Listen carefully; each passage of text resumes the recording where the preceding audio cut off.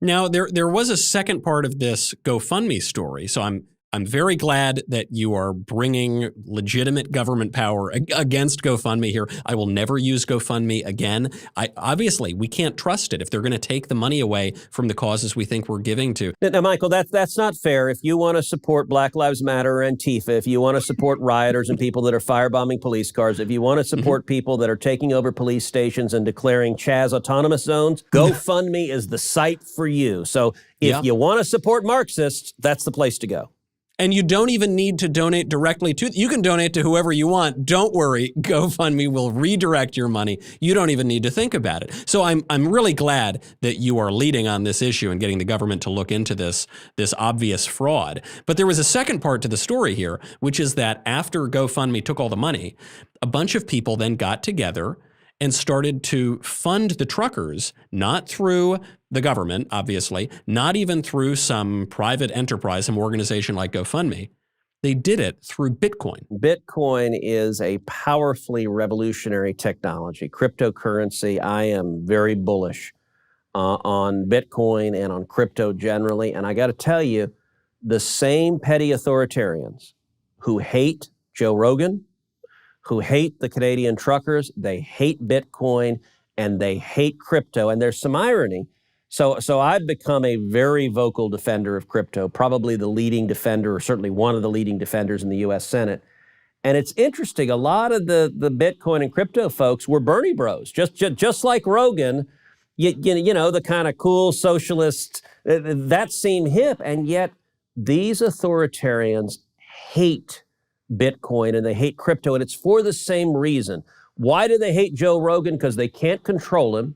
He's not subject to their authoritarian power. Why do they hate Bitcoin? Because they can't control it. It is a system of currency outside of the monopoly control of the U.S. government. And I got to say, as I've addressed, I spoke at a big crypto conference in Austin several months ago, and I said, listen, you need to understand this administration, I believe, is going to go after you and is going to try to destroy you. And by the way, that's a pattern of authoritarians. China, communist China, outlawed Bitcoin for the exact same reason. Why does Elizabeth Warren hate Bitcoin? For the same reason that she in China hates Bitcoin, because neither one of them can control it.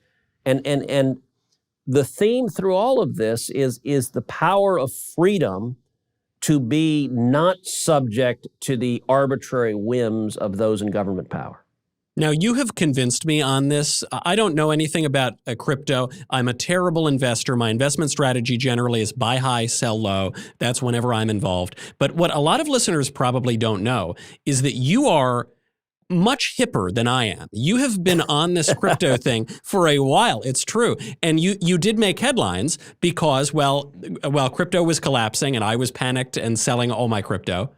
You were apparently buying the dip.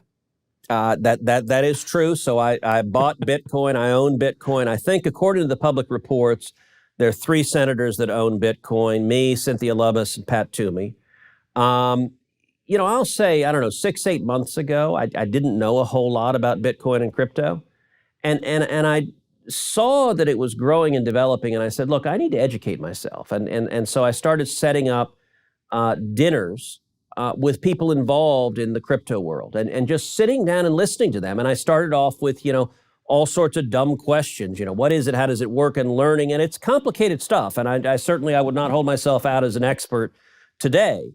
But I started learning and listening to it and being fascinated by it, by the development of it, by the ability. There's a book, actually, that Cynthia Lummis recommended to me called Layered Money, which I read, that talks about some of the history of the development of money from the beginning, but crypto is the next evolution of it.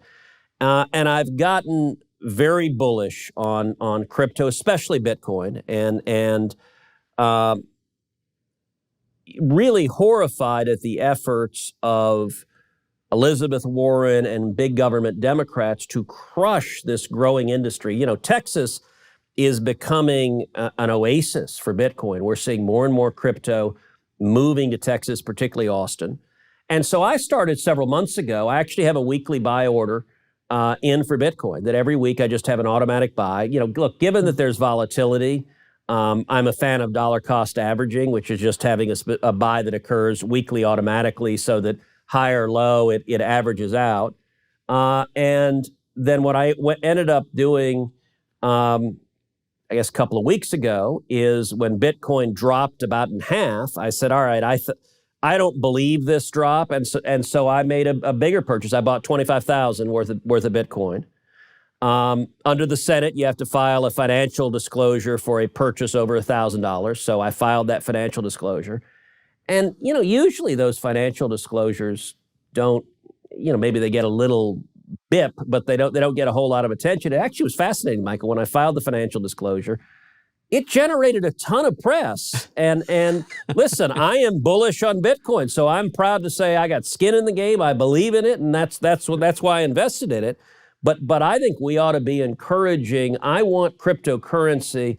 I want America to be the hub of cryptocurrency globally, and frankly, I want Texas to be the hub of cryptocurrency in America. So I have been convinced by you and by others. I mean, Ronald Reagan's favorite economist, George Gilder, was really bullish on blockchain technology years ago even, and said this is kind of the future of the internet. Yeah. And so what I'm convinced on here now is that this would be a way to avoid government control. This would be a way to avoid even the control of private businesses that are often working at the behest of the government anyway. But then my final question to you is this. If the government was able to clamp down on all these private businesses and build your own Google and all of that, and that hasn't worked, we saw it with the truckers, we're seeing it with Rogan too, what is to stop them from clamping down on Bitcoin? You've already heard rumblings out of the government. What is the likelihood that Biden does that? So, look, they may well, and I am quite concerned about it. This administration could kill crypto. When I talked to the conference in Austin, there are a lot of folks in the crypto world who are a little bit utopian. That they have a view that we are inevitable, that Bitcoin is inherently superior to all other forms of money. I will say one of the things I like about it is it's a potential hedge against inflation. And given this administration spending trillions and driving up trillions in debt, I'm interested in the hedge in inflation as they're devaluing the dollar. And so I like Bitcoin as a hedge against inflation. But the point I made at this conference is y'all need to understand government can destroy you. I asked, how many of y'all have heard of Napster? And they all did. And I said, listen, it's easy to think we're happily in our sort of Austin, peaceful place. And I think Bitcoin is actually where Silicon Valley was maybe 15 or 20 years ago, which is at a fork in the road, where Silicon Valley could have chosen to go towards a libertarian utopia. Leave us alone, let's be entrepreneurs, let's have freedom. Or they could have done what they did, which is to go down the socialist woke path of we exercise power, we are totalitarian, and we're hard leftist woke. And unfortunately, Silicon Valley took the wrong choice. I think Bitcoin and crypto more generally is at that same fork in the road. I hope that they go the libertarian way. I hope they go the small business, leave us alone, let us be entrepreneurs. That is really potent, so I'm trying to encourage it, but absolutely there is a very real and potent threat from the Biden administration that they will go after it, that they will try to destroy it. And I'm going to fight against that because I think it is a huge, huge industry going forward, and I don't want to see the idiot politicians in Washington drive it out of America and send it overseas. It won't disappear, but Washington is perfectly capable of sending the jobs overseas and sending that business overseas. I think that would be catastrophic.